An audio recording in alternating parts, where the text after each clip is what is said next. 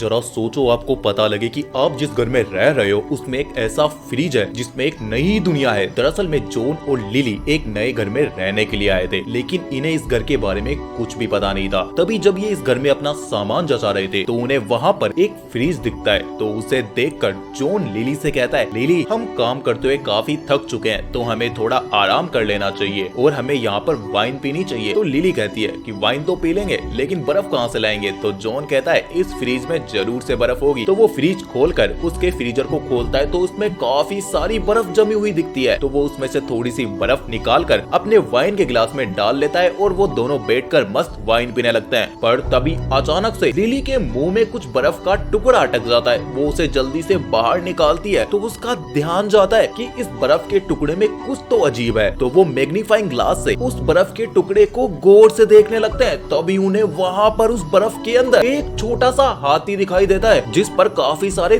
तीर लगे हुए थे। ये हाथी असली दुनिया में काफी बड़े होते हैं, लेकिन इस बर्फ के अंदर इतने छोटे से हाथी कहां से आ गए, इन दोनों को समझ में नहीं आता। तो वो जल्दी से उस फ्रीज को खोलकर बर्फ हटाकर देखते हैं तो उनका ध्यान जाता है कि इस फ्रीजर में एक दुनिया बन रही है और कुछ ही मिनटों के अंदर ये दुनिया काफी ज्यादा डेवलपमेंट की तरफ पहुंच जाती है। ये दोनों समझ नहीं पाते कि आखिर असल में ये क्या चीज है। दरअसल उनके सामने एक नई दुनिया बन रही थी जिसमें काफी सारे लोग थे और देखते ही देखते ये दुनिया एडवांस टेक्नोलॉजी की तरफ भी बढ़ने लग गई थी। ये दोनों इसे देखकर काफी खुश हो रहे थे क्योंकि इन्होंने आज से पहले ऐसा कुछ भी नहीं देखा था। अब उस नई दुनिया में काफी ज्यादा सिविलाइजेशन हो जाता है। ये दोनों इसे देखकर काफी खुश हो जाते हैं क्योंकि इस दुनिया की टेक्नोलॉजी काफी फ्यूचरिस्टिक तक पहुंच चुकी थी। जैसे मानो यहाँ पर 2050 चल रहा हो, क्योंकि यहाँ पर हवा में उड़ने वाली गाड़ियां थी और तो और काफी एडवांस टेक्नोलॉजी भी थी। ये दोनों इसे देखते रहते हैं, लेकिन तभी अचानक इस दुनिया में वॉर शुरू हो जाती है। और हर दुनिया में वॉर तो होती ही है क्योंकि किसी ना किसी कंट्रीज में कुछ ना कुछ लफड़े चलते रहते हैं। अब इस वॉर में परमाणु हथियार यूज होते हैं जिससे एक तगड़ा धमाका होता है और इस वजह से